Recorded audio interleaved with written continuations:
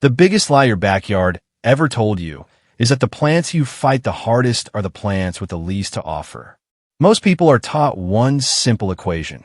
Crops are useful, weeds are thieves. If it wasn't planted on purpose, it must be stealing light, stealing water, stealing nutrients, and stealing space. But that story leaves out something important.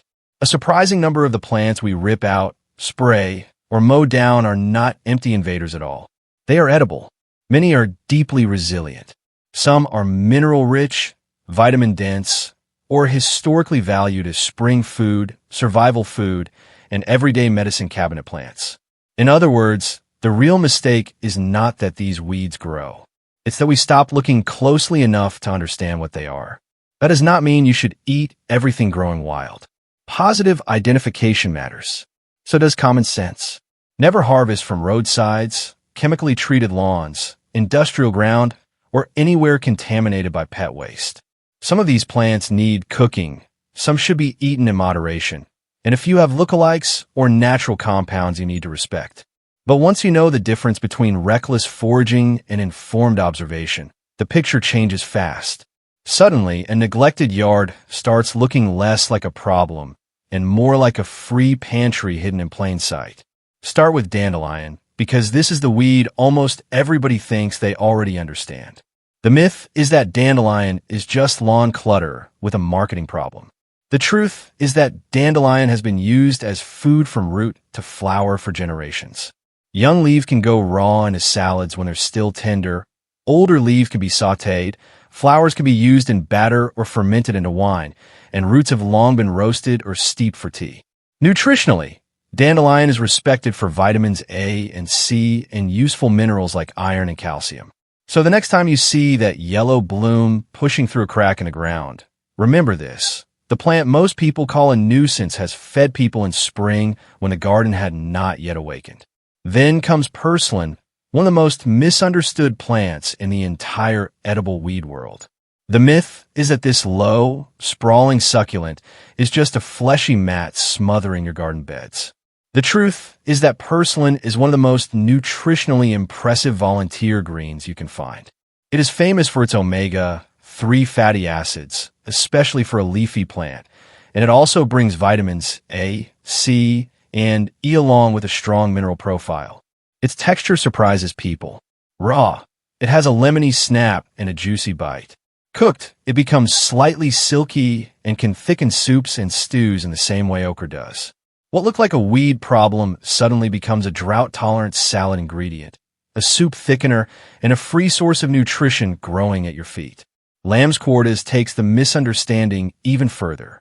The myth is that it's just a rough green nuisance crowding out your vegetables. The truth is that many people call it wild spinach for a reason. It can be eaten raw when young, cooked like spinach when mature, and even the seeds are usable. What makes it remarkable is not just that it's edible, but that it is genuinely nourishing. It has meaningful protein for a leafy green and strong amounts of vitamins A and C. Some sources even point out that, by weight, it can outperform foods people spend good money buying at the store. So if you've ever yanked out lamb's quarters in frustration, you may have been pulling up one of the most generous volunteer greens in your garden. Stinging nettle sounds like a plant that should come with a warning sign, and that's exactly why people overlook its value. The myth is simple. If it hurts you, it can't possibly be food. The truth is that nettle has a long history as a serious wild edible once it is handled correctly. Yes, it stings when fresh, and yes, you need gloves. But after blanching, drying, or cooking, those stinging hairs are neutralized, and what remains is a rich green that has been used in soups, pesto, teas, and broths. Nettle is valued for fiber, calcium, manganese, and plant compounds tied to eye health, along with a deep, savory flavor somewhere between spinach and green tea. In other words, the same plant that teaches you not to grab blindly can also teach you that discomfort and usefulness are not opposites in nature. Chickweed may be one of the best examples of how appearance misleads us. The myth is that anything this delicate must be nutritionally insignificant. The truth is that chickweed is tender, mild, edible, and surprisingly valuable, especially in cool seasons when fresh greens are limited. It can be eaten raw like sprouts, tossed into salads, blended into pestos, or cooked like spinach. It has been noted for vitamins C, A, and B, and its soft texture makes it one of the easiest gateway weeds for new foragers. People expect nutrition to come in thick leaves, dark pigments, and dramatic flavors. Chickweed quietly breaks that assumption. It proves that a humble, low-growing mat of green can still deserve a place on the plate. Broadleaf plantain suffers from a different kind of confusion. The myth is that it's nothing more than a tough lawn weed flattened by footsteps and mower blades. The truth is that plantain is one of those resilient plants that follows human disturbance for a reason. It thrives where the soil is compacted, where other greens struggle, and where people stop paying attention. Young leaves can be eaten raw, older ones are better cooked, and the seeds are edible too. Nutritionally, plantain is noted for calcium and vitamins A, C, and K. So the implication is bigger than one plant. If a weed keeps surviving in hard ground, there's a lesson there. Sometimes the toughest greens are growing exactly where the land has been stressed the most. Common mallow is another plant people dismiss because it looks ordinary. The myth is that it's just a soft, floppy ground cover without much purpose. The truth is that mallow is edible from leaves to immature seeds and brings useful minerals including calcium, magnesium, potassium, iron, and selenium, along with vitamins A and C. Its texture is one of the hidden gifts. Like okra and purslane, mallow has a soothing, slightly mucilaginous quality that works beautifully in soups, sautéed greens, and rustic dishes. It's one of those plants that makes more sense when you stop expecting every useful food to be crisp, sweet, or flashy. Some of the most comforting foods in traditional kitchens were valued precisely because they softened, thickened, and nourished at the same time. Garlic mustard challenges a modern assumption that if a weed is invasive, it has no redeeming value. The truth is more complicated. Garlic mustard is a serious invasive plant in many places, and it can damage native ecosystems. But that doesn't mean it is useless. In fact, it is edible, and all parts of the plant can be used. The roots have a mild horseradish-like bite. The young leaves bring a garlicky mustard flavor to salads and cooked dishes, and the seeds can flavor food.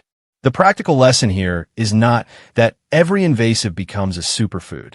It's that sometimes the smartest response to an overabundant plant is not just removal, but informed use. First-year leaves are best because second-year growth becomes more bitter and woody. So one of the weeds people fear most can become, in the right hands, both a meal and a management strategy. Wood sorrel looks harmless, almost decorative, and that creates its own myth. People assume that if something resembles a tiny clover and tastes pleasantly tart, it must be safe in unlimited amounts. The truth is that wood sorrel is delicious but deserves moderation. Its sour, lemony flavor comes from oxalic acid, which gives it that bright, refreshing bite. In small amounts, it can lift salads, garnish soups, and wake up bland food better than many store-bought dressings. But it's not a bulk green for everyday heavy eating. That's the deeper correction with many wild plants. Hidden value does not mean careless use. It means understanding the plant well enough to enjoy what it offers without ignoring its limits. Curly dock follows the same pattern in a slightly tougher form. The myth is that it's only a bitter roadside weed with no culinary future. The truth is that young dock leaves have long been used as a pot herb, especially in early spring, often cooked in more than one change of water to mellow bitterness. It's not a plant you treat like tender lettuce. It's a plant you learn to prepare. And that alone teaches us something important. Modern food culture often mistakes convenience for quality. If a plant asks for a little knowledge, a little trimming, a little cooking, it gets dismissed. But for most of human history, that wasn't a flaw. That was simply cooking. Burdock may be one of the best reminders that weeds don't just offer leaves. The myth is that a plant covered in clingy burrs is nothing but a curse for pant legs, fur, and garden borders. The truth is that burdock has edible roots and stalks and a long reputation as a useful wild food. Harvested early, before it gets coarse, the root can be cooked much like a rustic root vegetable, and the peeled stalks can be prepared in ways that remind people of artichoke. It's also valued for minerals like potassium, iron, and calcium. So the implication is powerful. Some weeds hide their best food underground. The part you curse in autumn may have had real value months earlier, before it ever reached its troublesome stage. Red clover is usually seen as pasture filler or a cover crop, not as something for the kitchen. The myth is that flowers are decoration, not nutrition. The truth is that red clover flowers are edible, mildly sweet, and traditionally used in teas, salads, jellies, and baked goods. The leaf can also be used, though the blossoms are usually the most appealing part. At the same time, this is another plant that teaches moderation. Red clover flowers are not known for being especially easy to digest in large amounts, so they are better treated as a tea herb, a fresh garnish, or a small addition rather than a main vegetable. That balance matters. Wild food wisdom is not about turning every weed into a giant serving. It's about seeing how each plant wants to be used. Wild violet is another plant whose reputation is smaller than its usefulness. The myth is that those purple flowers are just charming little lawn invaders. The truth is that both the leaves and flowers are edible, and violets have been valued for vitamins A and C. The flowers can become syrup, jelly, candied toppings, or delicate additions to salads, and the leaves can be eaten fresh or cooked. There's something important hidden in that softness. Many people imagine nutritious wild plants must be harsh, bitter, or medicinal tasting. Violet quietly proves otherwise. Sometimes hidden value arrives in a form so pretty people don't realize it belongs in the same conversation as resilience and self-reliance. Pigweed, or wild amaranth, exposes one of the biggest blind spots in modern gardening. The myth is that if a plant shows up aggressively, it must be low quality. The truth is that amaranth has fed cultures around the world as both leaf and seed. Young greens can be cooked like spinach, and the seeds are known for their protein content. This is one of those weeds that blurs the line between wild food and ancient staple. But it also comes with a practical warning. Like some other powerful mineral scavengers, it can absorb what's in poor or contaminated soil. So the lesson is not just that pigweed can feed you. It's that the quality of the ground matters. While nutrition is still agriculture in one crucial sense, healthy soil creates healthy food. Shepherd's purse usually goes unnoticed until it bolts and scatters seed everywhere. The myth is that it's too small and too common to matter.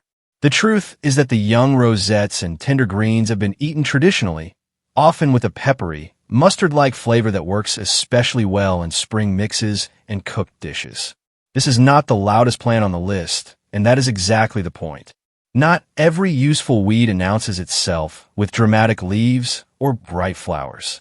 Some of the best spring greens are modest. They arrive early, grow fast, and disappear before most people even notice they were there.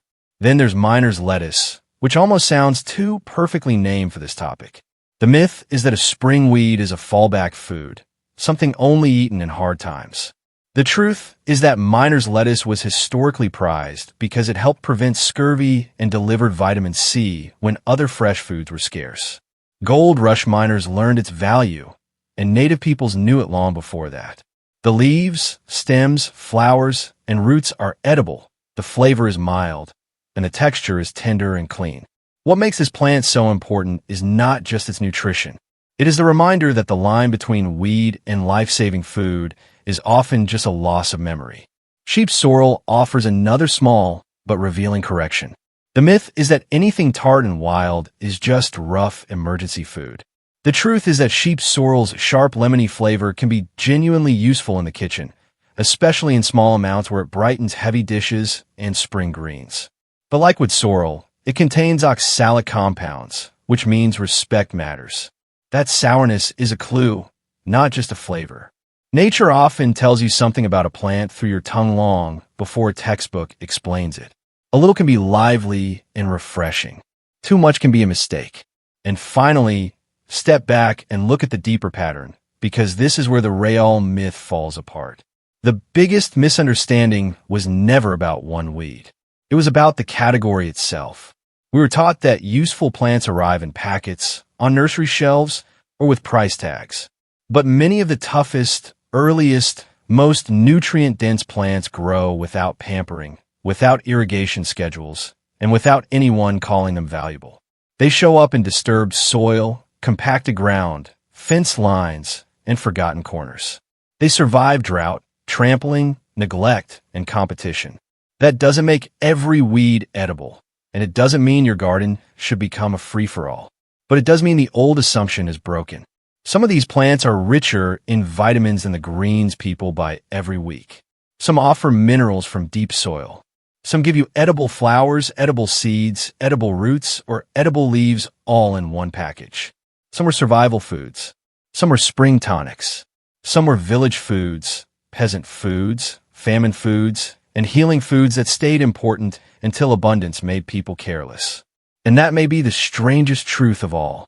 In many cases, the reason a weed looks useless today is not because it lacks value. It's because modern life has trained us to ignore any value that comes free. So the next time you walk through your yard, your garden, or the edge of a path, don't just ask what needs to be removed. Ask what story you were taught to believe. Ask what might be edible, nourishing, or medicinal once you learn its name. Ask whether the land is actually offering something before you decide it's only taking. If one of these weeds grows near you, and you've learned how to identify it safely, you may be a lot closer to nutritional gold than you think. And if there's a so-called weed you grew up eating, using, or seeing in your family garden, share it in the comments. I'd love to hear what hidden plants your part of the world never forgot. Subscribe if you enjoy practical natural wisdom like this, and I'll see you in the next one.